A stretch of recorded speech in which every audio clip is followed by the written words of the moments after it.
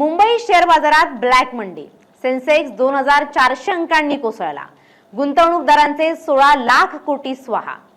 हे घडण्यामागचं नेमकं कारण काय पाहूया या व्हिडिओमधून। जागतिक राजकारणातील वाढता तणाव आणि अमेरिका, इस्रायल आणि इराण यांच्यात प्रत्यक्ष युद्धाची ठिणगी पडल्याने आज भारतीय शेअर बाजारात हाहाकार माजलाय। सप्ताहाच्या पहिल्याच दिवशी म्हणजे सोमवारी मुंबई शेअर बाजाराचा निर्देशांक सेन्सेक्स आणि राष्ट्रीय शेअर बाजाराचा निफ्टी पत्त्याच्या बंगल्यासारखे कोसळले।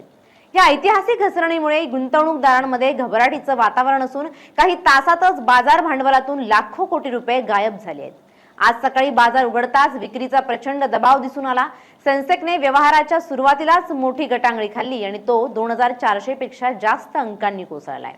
निफ्टीमध्येही मोठी पडझड झाली असून तो 700 अंकांच्या खाली घसरलाय। एकाच दिवसात बाजार इतक्या मोठ्या प्रमाणात कोसळल्याने याला ब्लॅक मंडे म्हटलं जातंय। गेल्या 4 दिवसातील सततच्या घसरणीमुळे गुंतवणूकदारांचे एकूण 16.32 लाख कोटी रुपये बुडालेत। पश्चिम आशियात सुरू असलेल्या संघर्षात अमेरिकेने थेट उडी घेतल्याने परिस्थिती गंभीर बनली आहे। इराणने केलेल्या प्रतिहल्ल्यानंतर आणि इस्रायलच्या आक्रमक पवित्र्यामुळे जागतिक व्यापाराला धोका निर्माण झालाय।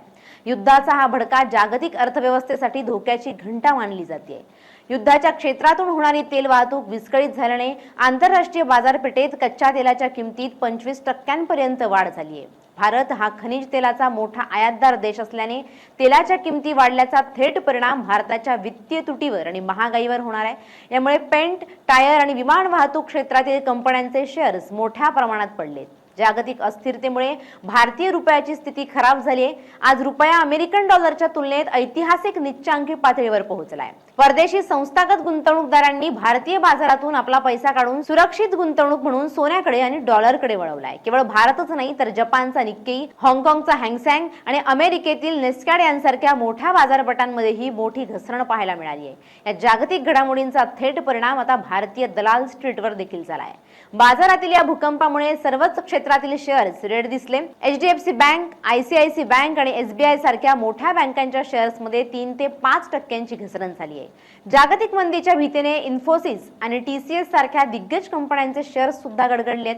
विमान वाहतूक तेलाच्या किमती वाढल्याने इंडिगो सारख्या कंपन्यांच्या नफ्यावर परिणाम होण्याची शक्यता असल्याने शेअर्समध्ये मोठी विक्री झाली आहे। बाजार तज्ञांच्या मते सध्याची परिस्थिती अत्यंत अनिश्चित आहे। जोपर्यंत युद्धाबाबत सकारात्मक बातम्या येत नाहीत तोपर्यंत बाजारात अस्थिरता कायम राहील। अशावेळी किरकोळ गुंतवणूकदारांनी घाबरून जाऊन विक्री करू नये असा सल्ला तज्ञांनी दिलाय। दीर्घकालीन गुंतवणूकदारांसाठी ही घसरण चांगल्या कंपन्यांचे शेअर्स कमी किमतीत खरेदी करण्याची संधी असू शकते। मात्र सध्या वेट अँड वॉच हे धोरण स्वीकारणं हिताचं ठरेल। सध्या तरी या युद्धाच्या झळा अगदी चांद्यापासून बांध्यापर्यंत तसेच शेअर बाजारापासून घरगुती बजेटपर्यंत पोहोचल्यात। Bureau report, LS Marathi.